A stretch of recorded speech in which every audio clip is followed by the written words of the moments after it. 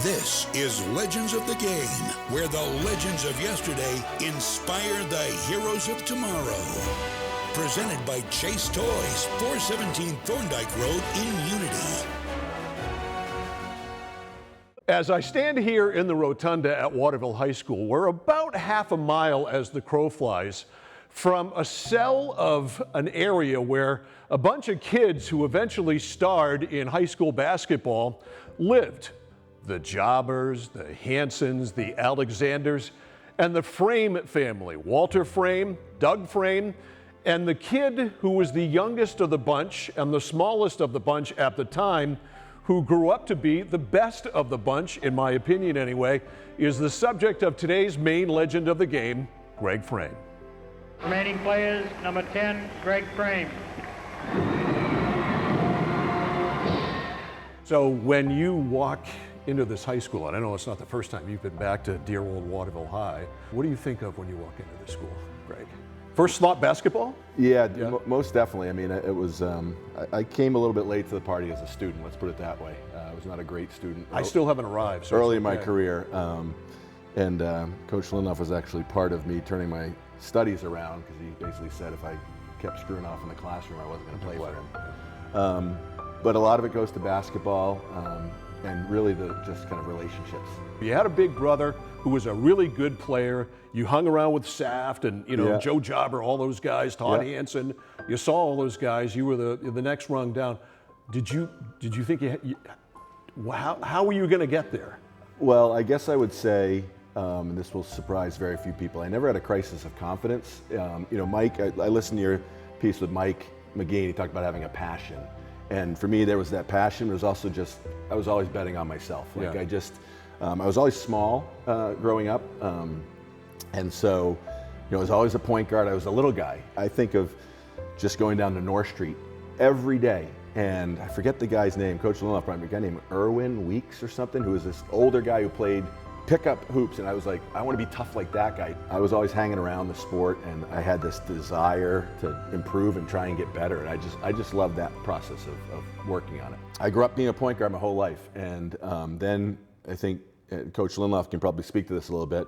You see this 6'3", 200-pound body, and you're going, well, he's our center. And I think if I can remember right, I think for the first 5 games of my senior year, I was kind of playing off the ball, and we were 2-3, and we had Bangor and Morse coming up. We were both undefeated.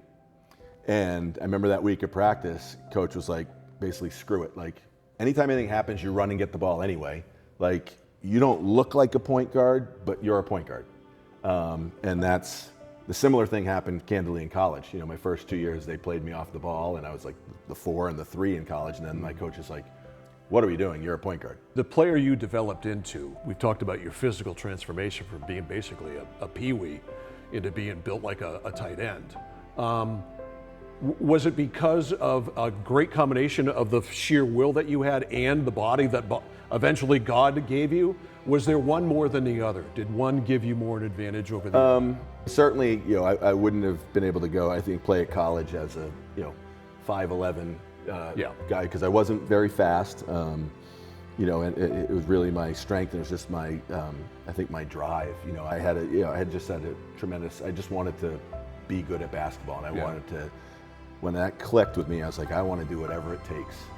And I had a summer that I look back on, and it was just a summer for my senior year, which was just amazing. It started with a conversation with Coach Lindloff in his room down there, at the end of the hall, right at the end of the season, and really just took off from there. You, that senior year, became the man. You were a superstar. You were best player in the state, in my estimation. A moment, the first game of my senior year, this will tell you, I got confidence was inspired in me. I shot 8 for 31 the first game of my senior year. So you took 31 shots? 8 for 31. And I remember, because I came in, we lost to Skowhegan, and I came in, and Coach Lindloff had us in study hall, and he sent everyone to the first period, sent everyone to the library, and he put the tape in, just he and I. And I'm thinking to myself, this 40 minutes can't go by quick enough. And Coach Lindloff went through the tape and said, should have shot there and didn't. Should have shot there and didn't. should have shot there and didn't. You should have been 8 for 51. And talk about inspiring confidence to someone, because that's a pivotal. Shooter's gotta shoot. That's a pivotal point in my life. Yeah. Because if he had gotten on me, you know, I don't know what, you know, and been like, geez, you can't shoot 31 shots in a game. There's no way I would have had the season I had and the college career I had. That just gave me a level of confidence. And then he said something similar to the team, you know, that day of practice, like, listen, that guy's 8 for 31. We're fine. It's kind of a neat moment.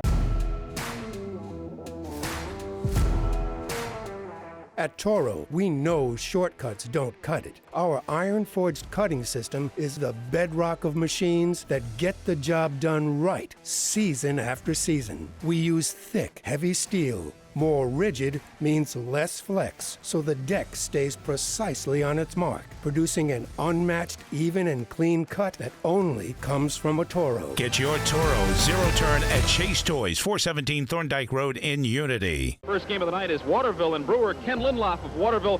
Ken, you beat Nokomis by 15 points in the quarterfinals. Brewer, a kind of similar kind of game plan. You gonna 15-point win tonight? I'll take it if you want to guarantee it to me, but no, Brewers got a tough team. We played them in the preseason and lost, and we feel we're really going to have to be at the top of our game to play well tonight and to win the game. So I thought I would sandbag Gregg Frame today by bringing his coach, Ken Lindloff, in, who coached him here at Waterville High School for his high school career, to actually be able to tell the truth about the real Gregg Frame. When did you see Gregg Frame for the first time with a basketball in his hand, and what did you think? Would have been right down in the gym, and he was somebody, you know, feet too big for his body, you know, dribbling around, trying to get him under control, you know, try to follow what we're telling you to do, and then I think I eventually put him, one of the high school kids, in charge of him, because he was a handful. Right. You had his brother. And did that two different people? Yeah. Okay. So you had Walter. Yeah. What kind of expectations did you think you were going to kind of get the same thing out of this, or did you know immediately upon sight that this is a project? Well, no, because he always had that spirit. So it just had to, you know, he had to grow, you know, physically. He had to mature, and once those things happened. And it happened like kind of all at once. Yeah, it did. And then the sky was the limit after that. He was a project, but the drive, the will seems to be the key thing here. Well, I mean, supremely confident, great support. I mean, the Frames are the best family I've ever seen in terms of, you know, coaching support, or supporting their kids. And they understood that the best thing for their kids was to be part of a great program. Yeah. And to be coached hard. You don't see high school kids getting triple doubles. Yeah, he was a triple double machine. The games aren't long enough to get, you know, to compile, you know, that, and not as many possessions, no shot clock, all those things. Yeah. But he had, I want to say, 3 or 4 triple doubles, you know, his senior years, because rebounding was not a problem. He thought rebounding was fun. We had a true team. We had guys who understood their roles. Yeah. We had guys who had bigger roles as juniors, and then here I kind of come in, and everyone kind of bought in. It was, I mean, I'm sure it was a process as a coach to kind of get us to that point, but it was an enjoyable year for sure. And it was a fun group to coach. You know, everybody was kind of loose, and you know, once practice would start, it'd be all business, but you know, everybody got along. So for me, it was a pleasure. Yeah, it was a great team, great role players, and one I guess star of the show. And you were comfortable in that role, Gregg. Yeah, I mean, I guess I didn't know any better. I was just going to play as hard as I could and you know, do my thing on the court. You know, Coach did a good job of making sure, you know, defining our roles, and I knew my role was just to play as hard as I could at all times, and try and be his an embodiment of him on the court. Yeah, you know, what he wanted to do.